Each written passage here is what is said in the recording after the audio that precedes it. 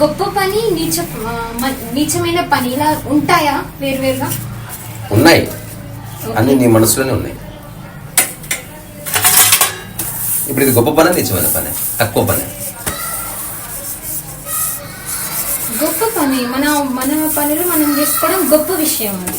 ఇప్పుడు ఉపదేశ స్థానంలో మాట ఉంటుంది, కర్మ జస్ట్ కర్మ అంతే. గొప్ప కర్మ మామూలు కర్మ అనేమి ఉండదు. ఇక్కడ విషయం పని చేసేవాడు నిర్ణయిస్తున్నాడు ఇది గొప్పదని. నా స్థాయికి నేను అంట్లు కడగడం ఏంది అని అనుకుంటున్నాడు. మరి అంట్లు కడిగేవాళ్ళు వాళ్ళ అమ్మ రోజు అంట్లు కడుగుతుంది, మరి ఆమె స్థాయి వీడికంటే చిన్నదే కాదు అట్లా. సో ఇది నీ మనసులో నీ గురించి ఏర్పరచుకున్న ధారణల వల్ల నీకు అట్లా ఒకటి అనిపిస్తుంది, ఇది నా స్థాయి కాదు, నేను చేయకూడదు, నేను చేయాలి, ఇది వాడు చేయాలి, ఇది వీడు చేయాలి. ఇప్పుడు నేనున్నా అనుకో, నాకు అలాంటి థాట్స్ ఉండే ఒకప్పుడు. ఎవరన్నా చెత్త బయట పడేసినామంటే ఇట్లా చూస్తుంటే ఎట్లా కనిపిస్తున్నా నీకు అని. ఇప్పుడేదో తెలుసా, చెత్త వేసేవాడు చెత్త పడేసేవాడు రెండు ఒకటే కదా. ఇప్పుడు చెత్త వేసే వాళ్ళు డస్ట్బిన్ వేస్తున్నారు, ఆ పడేసేటోడు దీన్ని తీసుకుపోయి ఇంకో చోట వేస్తున్నారు అంటున్నాడు. అయితే ఇదే మన మనస్సులో ఇలాంటి థాట్స్ వస్తాయి నీ గురించి. అంటే నేను ఈ పని చేయాలి, నా పని చేయను. ఎప్పుడైతే నువ్వు ఈ పని చేయాలని నిర్ణయించుకున్నావు అనుకో, అందులో ఒక డేంజర్ ఉంది. ఆ పని తప్ప మిగతా అన్ని పనులు నువ్వు చేయి ఒకటి, తద్వారా యూ బికమ్ ఏమంటారు అన్స్కిల్ఫుల్. ఒకవేళ నువ్వు చేస్తున్న పనికి ఆదరణ దొరకలేదు అనుకో, అప్పుడు బాధ స్టార్ట్ అవుతుంది. అంటే గుర్తింపు కోరుకోవడం అనేది, పని ఎందుకు చేస్తాడు మనిషి? ఈ పని చేస్తే గుర్తింపు రాదు కాబట్టి. ఇప్పుడు 50 ఏళ్ళు చేసినా ఎవరు గుర్తిస్తారు అబ్బా నిన్ను అంట కడిగితే? ఈ రోజుల్లో అయితే దేవుని అంత తలుచుకోలేము కానీ గిన్నెలు టొమాటోలు ఇల్లు చూడడం అది వేరు. అట్లా వాళ్ళు అడగట్లేదు, అదే చెప్తున్నా. వాళ్ళని రమ్మని తలుచుకుంటున్నారు. అవును, అంటే నేను అంటున్నది అవసరం వస్తే నువ్వు గిన్నెలు కడగని నేను చెప్పను, కానీ గిన్నెలు కడిగే వాళ్ళు రాకపోతే వాళ్ళ కోసం ఎదురు చూడొద్దంట నేను. ఆ ఒక్క పూట కడిగేసుకో. అంటే నీ మనసు లోపట ఈ ద్వైతీ భావన లేకపోతే నువ్వు వెళ్ళి కడిగేసుకుంటావు అంతే. కానీ మనసు లోపట నేనేంది గిన్నెలు కడగడం ఏంది అన్న థాట్ ఉందనుకో, అది ఇట్స్ ఎ డేంజరస్ ఐడియా. అంటే నీ గురించి నీకేవో ఫాల్స్ ఐడియాస్ ఉన్నాయని అర్థం. అన్ని పనులు సమదృష్టితో చేయడం అంత ఆశమాషి కాదు. ఇప్పుడు నేను చెప్తున్నా, అందరికి అర్థమవుతున్న గ్యారంటీ లేదు. ఇప్పుడు ఉపదేశాలను రాస్తున్నది నేనే, అదే చేతితో దీనికి సబ్బు పెడుతున్నది నేనే, అదే చేతితో మొక్కలకు నీళ్ళు పోసింది నేనే. నేను జీవితంలో పెద్ద ఏం సాధించాలనుకోవట్లేదు, అందుకని నాకు అన్ని పనులు ముఖ్యమే. కానీ సాధించాలన్న లక్ష్యం ఉన్నవాడు, నిజంగా కొంచెం ఒక సైంటిస్ట్ అట్లాంటి వాడు గిన్నెలు కడిగే సమయం ఉండకపోవచ్చు. నేను చెప్పేదల్లా ఒక్కటే, గిన్నెలు కడగడాన్ని తక్కువ స్థాయి పని అని నువ్వు అనుకోకూడదు. నువ్వు కడుగు, కడగకపో. నీకు అర్థమైందా? ఏమర్థమని చెప్పు. గిన్నెలు కడగడం అనేది తక్కువ స్థాయి పని అనుకోవద్దు. ఒకవేళ అవకాశం వస్తే, అవసరం ఉంటే వెళ్ళి గిన్నెలు కడిగేస్తున్నావు అనుకో, నువ్వు గిన్నెలు కడగడం మీద నీకు మంచి అభిప్రాయం ఉన్నట్టే. అంటే మీరు కడగండి, కడగపోండి, కానీ ఆ మనసులో ఆ థాట్ ఉండదు. అది ప్రాబ్లం. ఆ థాట్ లేదని ఎప్పుడే తెలుస్తుంది, ఎలా తెలుస్తుంది అంటే ఎప్పుడైనా గిన్నెలున్నా సహజంగా వెళ్ళి నువ్వు నేచురల్ గా కడిగేసి వస్తావు. ఊర్లో ఉన్నప్పుడు ఒక సంఘటన జరిగింది. ఒక ఫ్రెండ్తో నేను అన్నా, ఏం చేస్తావురా లైఫ్లో అంటే, నాకు టీ అమ్మాలి ఉంది అన్న. ఛీ అన్నాడు. ఛీ టీ అమ్ముతావరా నువ్వు? బాబు నన్ను ఎప్పుడు టీ అమ్ముతావరా నువ్వు అన్నాడు. అని నాకు ఒక 5 నిమిషాలు లెక్చర్ ఇచ్చిన తర్వాత తలనొప్పి లేసిన టీ తాగుదాంపా అన్నాడు రోడ్డు మీద. నేనన్నా, ఇప్పుడు అక్కడ టీ అమ్మేవాడు కూడా నాలాంటి వాడే కదా, వాడు కూడా టీ అనే పని చేస్తున్నట్టే కదా, మరి వాడు పోసిన టీ ఎట్లా తాగుతావు? ఇప్పుడు నాకు టీ అంటే నెగిటివ్ థాట్ లేదు, టీ చేసేవాడంటే నాకు గౌరవం కాబట్టి నేను తాగే రైట్ ఉంది నాకు. నువ్వు ఎట్లా తాగుతావు రాబాయ్ నువ్వు అంటే? ఏదేమైనా మనం పని చేసి కాదని. అప్పుడు నాకు వచ్చిన ఆలోచన, అప్పుడు నా దగ్గర జవాబు లేదు, ఇప్పుడు నాకు జవాబు ఉంది. టీ అమ్మమ్మని నేను చెప్పాను. ఇప్పుడు ఉదాహరణకి నీలో సైన్స్ ఉంది, నువ్వు రాకెట్స్ తయారు చేయగలవు, నువ్వు టీ అమ్మితే ఎట్లా? నువ్వు రాకెట్సే తయారు చేయాలి. కానీ ఎప్పుడైనా ఇంటికి ఎవరైనా బంధువులు వస్తే టీ కూడా పెట్టి ఇవ్వగలిగితే చాలు, ఇంతే నేను చెప్పాలి. ఇప్పుడు నేను అది పోవాలి, అది డేంజర్. ఒకవేళ అన్న ఫుడ్ చేయడం అంత గొప్ప పని కాదనుకున్నావు అనుకో, మరి అమ్మ నీచమైన పని చేస్తున్నట్ట. నేను బట్టలు మడతేస్తాను అంటే చిన్నప్పటి నుంచి అమ్మ బట్టలు మడతేసింది, ఆమె తక్కువ చూస్తున్నట్టు కాదు. అట్లా కాకుండా అన్ని పనులు గౌరవమైనవే, అన్ని పనులు గొప్పవే, అన్ని పనులు అవసరమైనవే. నీ దగ్గర గొప్ప టాలెంట్ ఉంటే యూ షుడ్ వర్క్ అంటే ఏదైనా నీచం చీ అని ఆలోచిస్తున్నా అంటే అక్కడ నీ మైండ్ చీ అని అర్థం. అంటే నీకేదో దారుణ ఉంది. ఓకే ఓకే ఇక్కడ స్థాయిలు వచ్చినాయి అంటే నా స్థాయి అది చాలా తక్కువ స్థాయి వరకు. ఓకే అట్లా కాకుండా స్థాయి అనేది లేదంటే అర్థం తెలుసా, నీకు ఈగోనే లేదని. ఓ నీకు ఈగో లేనప్పుడే ఏ పని అయినా చేయడానికి సిద్ధంగా ఉంటాం. ఓకే ఏ పని అయినా చేయడానికి సిద్ధంగా ఉంటాం. ప్రపంచంలో ఉన్న గొప్ప గొప్ప యోగులంతా కూడా ఓకే చక్కగా అంటలు కడుక్కున్నారు, వంటలు చేసుకున్నారు. ఇదంతా అయిపోయిన తర్వాత ఇట్లా తుడుచుకొని అద్భుతమైన జీవితానికి ఉపయోగపడే ప్రసంగాలు ఇచ్చారు. అవును అవసరమైతే శవాలు మోసారు, అవసరమైతే అనాథ శవాల దహన సంస్కారాలు చేశారు. ఓకే. అసలు గొప్పమైన పనులన్నీ అవే. అన్ని పనులు గొప్పవైతే చెప్తున్నా. అంటే చేసేవాడు గొప్పవాడు అవ్వాలి. నా దృష్టిలో గొప్పవాడు అంటే మళ్ళీ తక్కువ స్థాయి కంటే కాదు, పూర్ణ శ్రద్ధతో అన్ని పనులు చెయ్యి. నేను మళ్ళీ చెప్తున్నా మూడవసారి, ఓకే నువ్వు ఊడ్చాల్సిన అవసరం లేదు జీవితకాలం, గిన్నెలు కడగాల్సిన అవసరం లేదు జీవితకాలం. I agree. కానీ వాటి పట్ల నెగిటివ్ థాట్ ఉండదు. అవును ఆ పని చేసే వాళ్ళని తక్కువ స్థాయి పని చేస్తున్నారని భావించవు. అవును ఇది వెరీ ఇంపార్టెంట్. ఓకే అప్పుడు నువ్వు వాళ్ళకు కూడా గౌరవిస్తావు. నీవు రాకెట్ కనుక్కుంటే దేశం బాగుపడుతుంది. అట్లాగే పారిశుద్ధ్య కార్మికుడు రోడ్లంతా ఊడిస్తేనే నువ్వు కారు మీద వెళ్ళగలిగేది. అవును అట్లాగే సెప్టిక్ ట్యాంక్ క్లీన్ చేసేవాడు వచ్చి సెప్టిక్ ట్యాంక్ క్లీన్ చేస్తేనే నగరం అంతా పరిశుభ్రంగా ఉండేది. ఇప్పుడు మామూలుగా అనకూడదు కానీ ముడి కడుక్కోవట్లేదా, అవును అది కూడా పనే కదా. అవును కాకపోతే అది వేరే వాడికి అడగడు కాబట్టి నువ్వు కడుక్కుంటున్నావు పర్సనల్ అది. పర్సనల్. అంటే అది నిజమైన పని అనుకోవట్లేదు, అది అవసరం అది నీకు.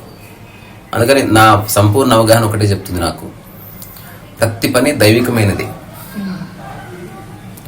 అలా అనుకున్నప్పుడు నీలో దైవత్వం ఏదో ఉందని అర్థం. అట్లా ప్రతి పను మామూలువే, అప్పుడు నువ్వు మామూలు వ్యక్తికి అన్ని పనులు చేయి. ప్రతి పనులు గొప్పవే, అప్పుడు గొప్పవాడు కాబట్టి అన్ని పనులు చేస్తున్నట్టు లెక్క. అంతే తప్ప ఒకటి ఎక్కువ ఒకటి తక్కువ అని వచ్చిందనుకో, అది మనకున్న అవిద్యని. అంటే మనకి ఎవరో చిన్నప్పటి నుంచి అట్లాంటి దారులు క్రియేట్ చేశారు, వాటిని నువ్వు నమ్మావు. ఆ తర్వాత నమ్మిన వాటిని బట్టి నువ్వు ఏదో ఒక ఫాల్స్ ఐడియా క్రియేట్ చేసుకుని అక్కడి నుంచి జీవితాన్ని ఆపరేట్ చేస్తుంది. నిజానికి నేను చెప్పనా, మంచి ఆట విడిపిది. అంటే ఆట విడిపంటే నువ్వు మంచిగా ఎంజాయ్ చేయొచ్చు ప్రాసెస్. నువ్వు రాకెట్ తయారు చేసి తక్కువలు ఉంటాయేమో కానీ ఇంకా సరిటేనే ఏమీ కాదు, ఇక్కడ ఎంజాయ్ చేయొచ్చు నువ్వు ప్రాసెస్. ఓకేనా? రెండోది, అందరూ ఇంట్లో ఉంటారు, తింటారు, పండుకుంటారు. కుటుంబ సభ్యులకి సహాయం చేయకపోతే అసలు నా దృష్టిలో నువ్వు మనిషివే కాదు. జస్ట్ డబ్బులు వస్తున్నాయి కాబట్టి నువ్వు ఆ పనికి ఎక్కువ విలువ ఇస్తున్నావు. డబ్బులు రాకపోతే ఎక్కువ మంది ఈ పనులు చేయకపోవడానికి ఏకైక కారణం అంటే రెస్పెక్ట్ రాదు, గుర్తింపు రాదు, డబ్బు రాదు కనుక. అంతే. అదే కొందరు చదువుకుంటారు, హోటల్ మేనేజ్మెంట్ కోర్సెస్ చేస్తారు, అట్లాంటి వాళ్ళు చేస్తారు. వాడికి ఒక మంచి డ్రెస్ ఉంటుంది, వాడికి ఒక ట్యాగ్ ఉంటుంది, ఆ పని చేసినందుకు కానీ వాడికి మంచి శాలరీ కూడా వస్తుంటుంది కాబట్టి అట్లా చేస్తున్నాడేమో. ఇక్కడ నేను చెప్పే శాలరీ గిల్రీ గురించి కాదు, ఈ చిన్న వర్క్ పట్ల నీ వైఖరి ఏంది అని తెలుసుకుని అక్కడి నుంచి కదిలితే బాగుంటుందని నా అబ్జర్వేషన్. అంతే.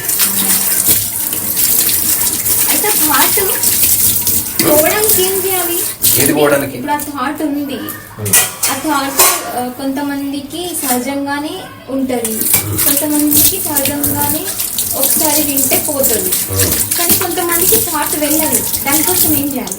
అది కొంచెం కష్టమే. అంటే ఆషమాషిగా నీకు సమభావన కుదరదు. మనిషికి ద్వైతి భావనే ఉంటుంది, సమభావన రాదు. అదే కొంత దృష్టి పెట్టాలి. నీవేమిటి, జీవితం ఏమిటి, ఆలోచన ఏమిటి, ఒకటి ఎక్కువ తక్కువ అనిపించడానికి కారణం ఏమిటి, అసలు ఎవరో చెప్పింది నమ్మబట్టే కదా. Otherwise how do you know? నీకు ఎట్లా తెలుస్తుంది? నీకు తెలిసే అవకాశం లేదు. ఇప్పుడు అంతెందుకు, మన షాప్లోకి వెళ్తాం, ఒక దాని మీద 350 అని రేట్ ఉంటుంది, అట్లాంటిది ఇంకో ప్రొడక్ట్ మీద 650 ఉంటుంది. ధర చూసి మనం గొప్పది అనుకుంటాం, అంతే. మనకు యాక్చువల్గా తెలియదు. బియ్యం కొనుక్కోవడానికి పోతాం, ఒక బియ్యం 65 రూపాయలు ఉంటుంది కిలో, ఒక బియ్యం 75 ఉంటుంది. ఎందుకు 65-75 మనకు తెలియదు. నిజానికి 65 ఇటుపక్క పెట్టి ఇటుపక్క 75 అంటే మనం 65 కొనుక్కొచ్చుకుంటాం, అది 75 అయినప్పటికీ. సో అంటే మనం నాటి చెప్పినట్టు. బట్ ఏదేమైనా అన్ని పనులు చేస్తే ఒక ధ్యాన ప్రక్రియ కింద నా దృష్టిలో ఇది. అంటే అన్నీ నీ దృష్టిలో సమానం. అంత మాత్రం చేత నువ్వు ఇప్పుడు నువ్వే చెత్తెత్తి, నువ్వే గిన్నెలు కడిగి, నువ్వే అట్లా చెప్పట్లేదు. ఇప్పుడు నాలాంటి వాడైతే నేను పెద్ద ఏం సాధించాలనుకోవట్లేదు, ఏం గుర్తింపు కోరుకోవట్లేదు, నన్ను ఎవడు గుర్తించకపోయినా పర్వాలేదు అనుకుంటున్నా కాబట్టి నేను అన్ని పనులు చేస్తాను, నేను జీవితకాలం చేస్తాను. ఒకసారి మా అమ్మ అన్నట్టు గుర్తు నాకు, నువ్వు వంటలు అడగొద్దు అన్నది. నేను అడుగుతా, నాకు ఇష్టం. తర్వాత నేను అడగని నేనే అడుగుతా అన్నది. ఒకవేళ నువ్వు అట్లా చేసావు అనుకో, నేను గిన్నెలు కొనుక్కొచ్చుకుంటా కొత్తవి, వారానికి వస్తారు అన్ని క్లీన్ చేసి పెట్టుకుంటా. సో నన్ను అంట్లు కడగనీయకుండా ఎవరు ఆపలేరు. అంటే అంట్లు కడగొద్దు అన్న విషయం ఏదైతే ఉందో దానికి కారణం ఏంటి? అదే అంతే, ఆడ మొగ లేకపోతే ఎక్కువ తక్కువ పెద్ద పెద్ద వేదికల మీద ప్రదర్శనలు ఇస్తున్నావు. ఇంకా మా ఊర్లో ఒక ఆవిడ ఉండేది, నేను అంట కడుగుతుంది ఒకసారి వచ్చి ఆడంగోన్లాగా అంట కడుగుతున్నావు అన్నది. నేను ఇది తప్పు ఉంది మాట్లాడేది. అంటే ఎంత తక్కువ ఒక ఆడదాని వయ్యుంది అటు ఎట్లా మాట్లాడతావు అంటే తిప్పిపోయింది. పెద్ద తెలుగు అనుకుంటున్నావు అది అని. అటువంటిది ఏమీ లేదమ్మా, నేనైతే నాకు అటువంటిది ఏమీ లేదు. That is very clear. అంటే డీప్ గా వీళ్ళకి ఎవరికి తెలియదు కదా, నువ్వు ఒకసారి చెప్పినావు కదా ఏంటి, 2 తత్వాలు ఉంటాయి. ఇప్పుడు స్త్రీతత్వం, స్త్రీతత్వం, తండ్రి నేచర్ ఉంటుంది, అలాగే తల్లిలా చూసుకుని అది అందరికీ తెలియదేమో. ఎందుకంటే మనం always driven by our thoughts. నిలబడి ఎవడు ఆలోచిస్తున్నాడు చెప్పు జీవితం గురించి? నిలబడి నువ్వు ఆలోచిస్తే అప్పుడు నీకు జీవిత పరమార్థమో లేకపోతే ఆలోచన యొక్క ప్యాటర్న్, నువ్వు ఏది గొప్ప అనుకుంటున్నావు, ఎందుకు అనుకుంటున్నావు, ఈగో ఎక్కడి నుంచి వస్తుంది, ఒకటి ఎక్కువ ఎందుకు అయింది, ఒకటి తక్కువ ఎందుకు అయింది, ఒకటి కోట్ వేసుకోకటి ఎట్లా ఎందుకు పెట్టినావు, మామూలుగా వేసుకుంటే ఎందుకు నువ్వు రెస్పెక్ట్ ఇస్తలేవు, ఒకటి గోచి కట్టుకొని వస్తే వాడిని అరేతూరు ఎందుకు అంటున్నావు, వాడు ఎవడన్నా కానీ కోట్ వేసుకొని సార్ ఎందుకు అంటున్నావు, నువ్వు ఎక్కడ చిక్కుకుపోయినావు. అది వేరు, అలాగే ఫేమస్ అయిపోయారు కాబట్టి నువ్వు ఆబ్వియస్ గా రెస్పెక్ట్ ఇస్తావు, వాడు గోచి పెట్టుకుని రెస్పెక్ట్ ఇస్తాం. అంటే ఇవన్నీ మైండ్ కి సంబంధించిన డైమెన్షన్స్. సరే ఎవరు ఎట్లా అనుకున్నా మనకు సంబంధం లేదు. నేను ఎవరికి అంట్లు కడిగితే గొప్ప అని చెప్తలేను. అంట్లు కడగడం అన్నది లేదా చీపురుతో ఇల్లు ఊడడం అన్నది తక్కువ పని అని మాత్రం అనుకో. అవసరమైతే నీ ఇల్లు నువ్వు క్లీన్ చేసుకో. ఎప్పుడన్నా నిజంగా వచ్చినావు ఎవరు లేరు, నీకు తక్కువ పని అన్న భావన ఉంటే భార్య గురించి వెయిట్ చేస్తాడు వాడు. వచ్చిన తర్వాత ఏంది ఊడ్చాలని తెలియదా, ఇది నీ పని కాదా అంటాడు. నేనైతే ఏం చెప్తా, బయటకు పోయింది భార్య క్లీన్ చేసి పెట్టేసి. ఉద్దేశం ఏంటంటే తక్కువ పని చేయడానికి ఉన్నదనా అట్లా అటువంటి ధారణలు ఉన్నాయి. ఓ సమాజంలో అసలు ఆడదాన్ని పూర్తిగా అణచివేసిన సమాజం ఇప్పుడు కొంచెం బెటర్, చాలా సమత్వం వచ్చింది. ఇప్పుడు నేను అనుకో, నాతో అందరినీ నాతో సమానంగానే చూస్తా. నేను ఎవరిని తక్కువ చూడడం ఎక్కువ చూడదు, అందరు నాతో సమానం. నాకు నేను ఎంత గౌరవించుకుంటున్నా అందరికి అంత గౌరవం ఇస్తా. భాషలో ఒక్కోసారి చనువు వల్ల అట్లా ఇట్లా మాట్లాడవచ్చు. ఈ టెక్నిక్ కనుక చూడు.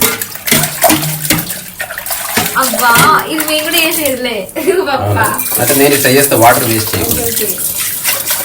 రెండవది, ఇప్పుడు మెకానికల్ గా చేసినప్పుడు ధ్యాన ప్రక్రియకు తేడా ఉంది. మెకానికల్ గా ఎవడు చేస్తాడంటే వాడు ఏ డెవలప్మెంట్ లేకుండా గుడ్డిగా చేస్తూ ఉంటాడు. అట్లా కాకుండా నువ్వు ఒక ఎరుకలో ఉన్నావు అనుకో, ఫస్ట్ డే కడిగిన దాన్ని నువ్వు చాలా నీళ్లు పడ్డాయి, చిల్లయ్యి, నీళ్లు వేస్ట్ అయ్యాయి, నీ బట్టలు ఖరాబ్ అయిపోయినాయి. 100వ రోజు 100వసారి కడిగినప్పుడు నువ్వు దాంట్లో ప్రగతి సాధించాలన్నమాట. అంటే తక్కువ నీళ్లతో తక్కువ శక్తిని వినియోగిస్తూ ఎట్లా కడుగుతావు అనే దాని మీద ఆలోచించు. ఇట్లా చేసుకోలేం కానీ మర్చిపోయినా మళ్ళీ ఇప్పుడు నువ్వు ఇంత చేయట్లే కదా, ఇలా చేయట్లే కదా, ఇప్పుడు గుర్తు చేస్తాను. నేను ఎప్పుడు ట్రై చేస్తాను.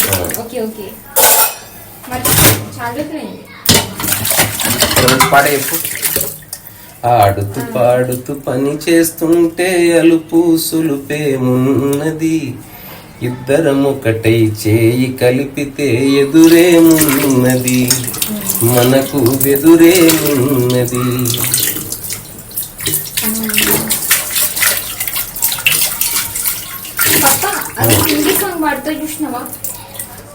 ఏంటది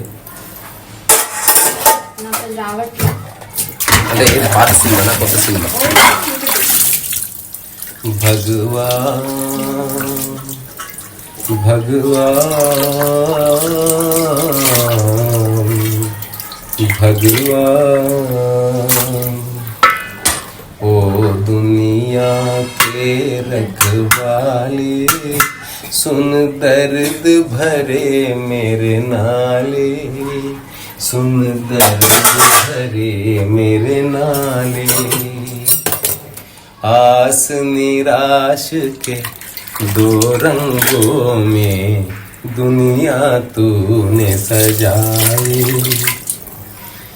नैया संग तूफान बना है, मिलन की आस जताई, ना हर जाई, ओ किस्मत फूटी आस न टूटी,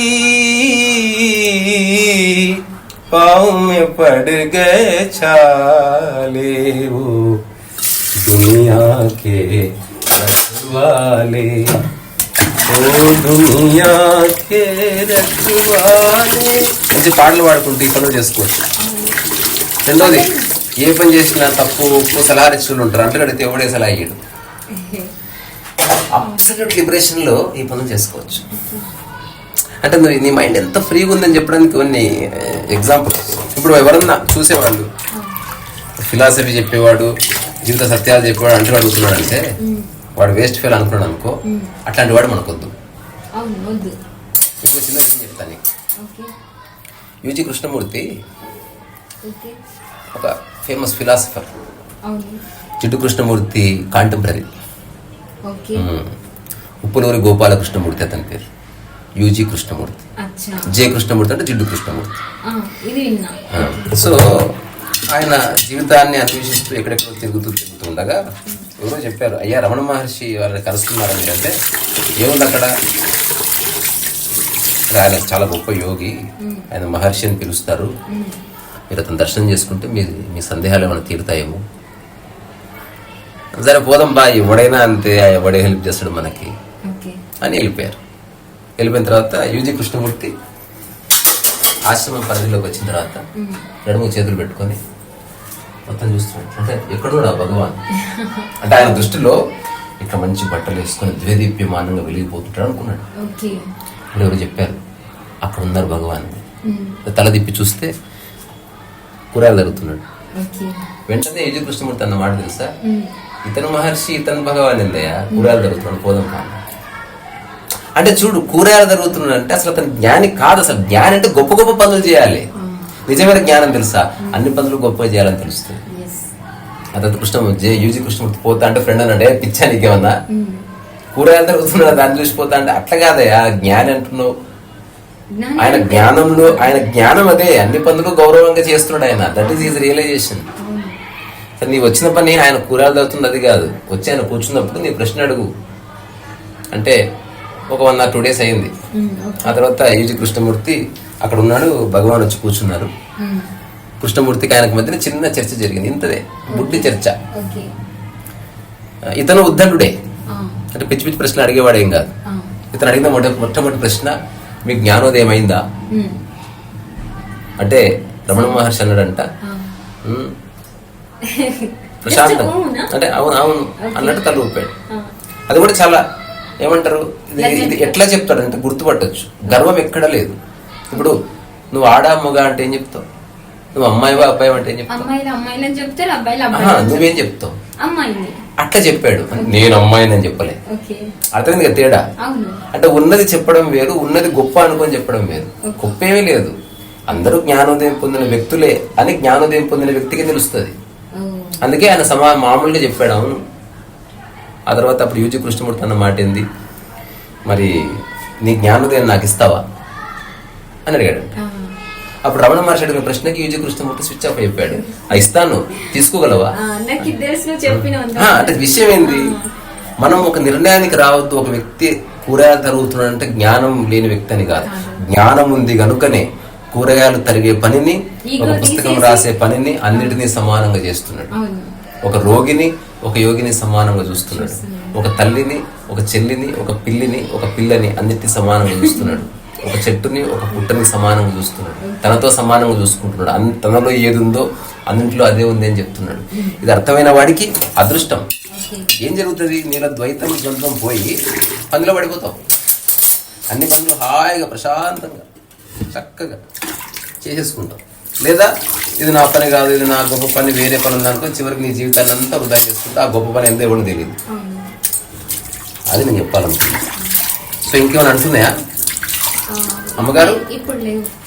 ఇప్పుడు పప్ప ఒకటి చిన్నది అంటే ఇప్పుడు గిన్నెలు వాష్ చేసి హెల్ప్ చేస్తారు కదా, వాళ్ళకి ఎంత మంచి హ్యాపీనెస్ వస్తుంది కదా వాళ్ళ మదర్ కి.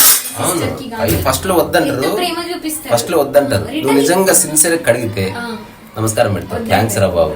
ఫస్ట్ తర్వాత లైక్ ఇట్. ఇప్పుడు మా అమ్మ ఉంది, ఒకప్పుడు అడ్డుపడి ఇప్పుడు అడ్డుపడదు. ఇట్లా దొంగతుంటే ఇంకో 2 వేసిపోతుంది, మంచిగా దోమంటది. అంటే పనే చేస్తే మంచిగా చెయ్యి, లేకపోతే చేయకు. అట్లా అయితే ఎప్పుడైతే వాళ్ళు హ్యాపీ అవుతారో తెలియకుండా వాళ్ళ మధ్యలో ఇంకో విషయం తెలుసా, ఇప్పుడు నేను గిన్నెలు కడిగిచ్చాను, నాకు ఇంత అన్నం ఉండాలనుకో నీకు శక్తి వస్తుంది. పాపం లేడీస్ వాళ్ళే అన్న కూరగాయలు దొరుకుని, వాళ్ళే బియ్యం కడుక్కొని, వాళ్ళే గిన్నెలు ఎత్తుకాడుకొని, వాళ్ళే అన్నం చేసి, వాళ్ళే సర్వ్ చేసి, ఇదంతా తక్కువ స్థాయి పని అనుకుంటారు. చేస్తే తెలుస్తుంది, దూరం తీరిపోతుంది. ఇది అంత ఆషమాషి కాదు, ఇది చాలా సటల్ వర్క్. ఇది అంటే ప్రాణాన్ని నిలబెట్టే పని. ఇది ఒక చిన్న జెన్ కథ కూడా ఉంటుంది. ఒక జెన్ ఆశ్రమానికి ఒకడు వస్తాడు, నీకేం బోర్ వస్తలేదు కదా, ఆశ్రమానికి ఒకడు వస్తాడు. వాడి దృష్టిలో ఏంటంటే ఈ గురువులు ఎవరైతే ఆశ్రమానికి వస్తారో వాళ్ళకి సలహాలు ఇస్తారు, వాళ్ళకి సజెషన్స్ ఇస్తారు. అట్లా శిష్యుడు డెవలప్ అవుతాడు. గురువు అంటే ఏదో సలహా ఇస్తాడు కదా, లేదా ఏదో పని చెప్తారు. అందుకున్న తర్వాత వచ్చాడు, 25 ఏళ్ళు అయింది, గురువు ఒక్క మాట మాట్లాడలేదు. వీడికి డౌట్ వచ్చింది, అసలు నేను వచ్చిన సంగతి గురువుకు తెలుసా? మరి ఏంటది చెప్పు చూద్దాం, దాని ఎండింగ్ చెప్పు. అంటే నేను షార్ట్ కట్ లో చెప్తాను, నాకు తెలిసినట్టుగా చెప్తా, నీలా చెప్పకపోవచ్చు. ఐ థింక్ గురువు ఏమంటాడంటే 1 year అసలు రోజులకి రా అని చెప్తాడు. అతను వెళ్తాడు, మళ్ళీ వస్తాడు. అది కాదు, ఇది వేరే కథ, ఇది వేరే కథ. సో ఇప్పుడు 25 ఏళ్ళు అవుతుంది. 25 ఏళ్ళు అయిన తర్వాత గురువు తినేసి పోతుంటే వీడు తింటుంటాడు చిప్పలు. హఠాత్తుగా గురువుని ఆపుతాడు, అయ్యా ఒక్క నిమిషం, నేను 25 ఏళ్ళ క్రితం ఇక్కడికి వచ్చాను, మీకు తెలుసా? తెలుసు, నీ పేరు ఇది, నేను రోజు చూస్తున్నాను, ఏమి అని అడుగుతాను. ఓహో మీకు తెలుసు అనమాట, నన్ను మర్చిపోయారేమనుకుని, మర్చిపోలేదే, నీ పనులు నువ్వు ఉన్నావు, ఇంకేమి అన్నాడు. వచ్చిన తర్వాత గురువు అనేవాడు ఒక్క ఇన్స్ట్రక్షన్ ఇస్తాడు కదండి, మీరు ఏమీ చెప్పలేదు నాకంటే, నీకు ఇన్స్ట్రక్షన్ కావాలి అంతే కదా. అవునండి అంటే, తిన్నావా? తిన్నానంటే వెళ్ళి ప్లేట్ కడుక్కున్నాడు.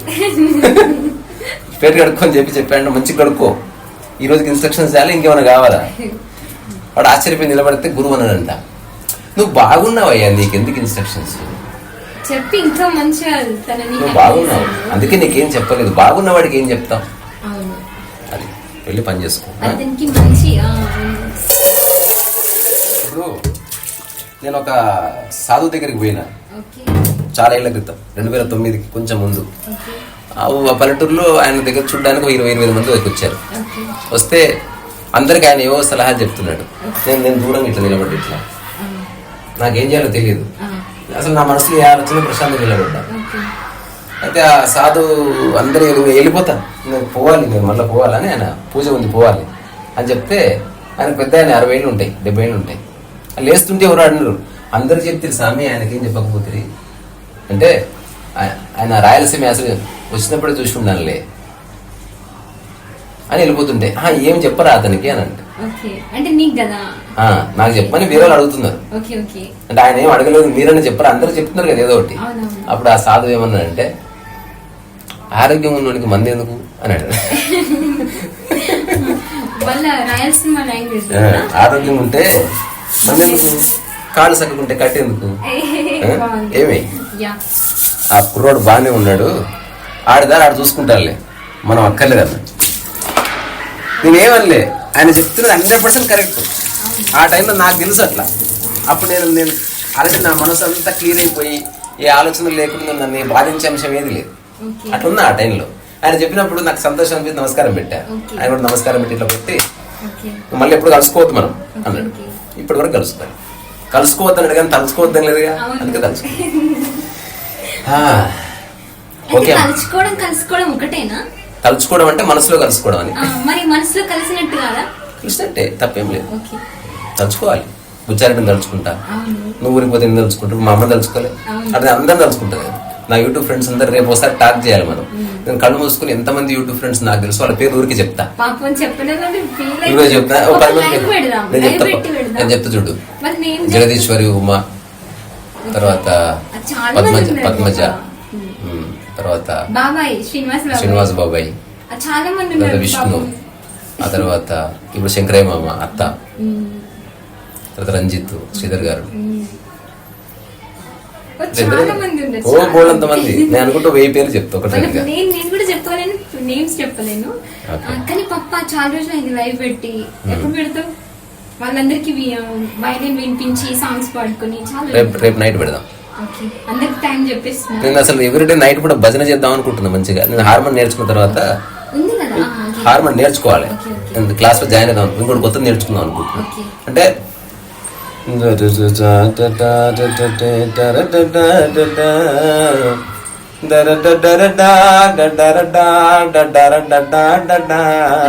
ఒక్కొక్కటి నేర్చుకుందాం. నేర్చుకుందాం, అందరం కలిసి పాడుకుందాం. ఓకే. సో అప్పుడు లైవ్ లో కూడా ఎవరు ఇష్టం ఉన్న వాళ్ళు ఉంటే ప్రతి శనివారం వస్తారు, ఓకే. చిన్న ప్రసాదం పెట్టి Okay. 20 మంది భోజనాలు చేసుకొని వెళ్ళిపోతారు, అయిపోతుంది. ఓకేనా? ఓకే. ఇక్కడ నుంచే నాకు కడిగే అవకాశం ఇచ్చిన గిన్నెలకు, ఆ గిన్నెలు తయారు చేసిన కంపెనీలకు, ఈ గిన్నెలు కడిగేలా చేసిన మనం వండుకున్న వంటకు, ఓకే. ఆ వండుకునేలా చేసినటువంటి మన ఆకలికి, ఇదంతా అడిగిన నీకు, ఇదేం పట్టనట్టున్న కన్నమ్మకు, ఇది అస్సలు పట్టించుకున్న ప్రపంచానికి ఇక్కడ నుంచి నేను నమస్కారం చేస్తున్నా. వింటున్న వీళ్ళందరికీ అందరికి రీసరసో వయసా నేను కూడా నమస్కారం. బట్ అన్నీ అయిపోయినాయి. ఓకే, ఇంకా మిగతాది ఏమైనా ఉంటే నువ్వు చూసుకో. అక్కడ ఒక 2 కూడా ఉంది, అవి కూడా క్లీన్ చేసుకో. Okay, okay. సరే, బాయ్, టేక్ కేర్. బాయ్.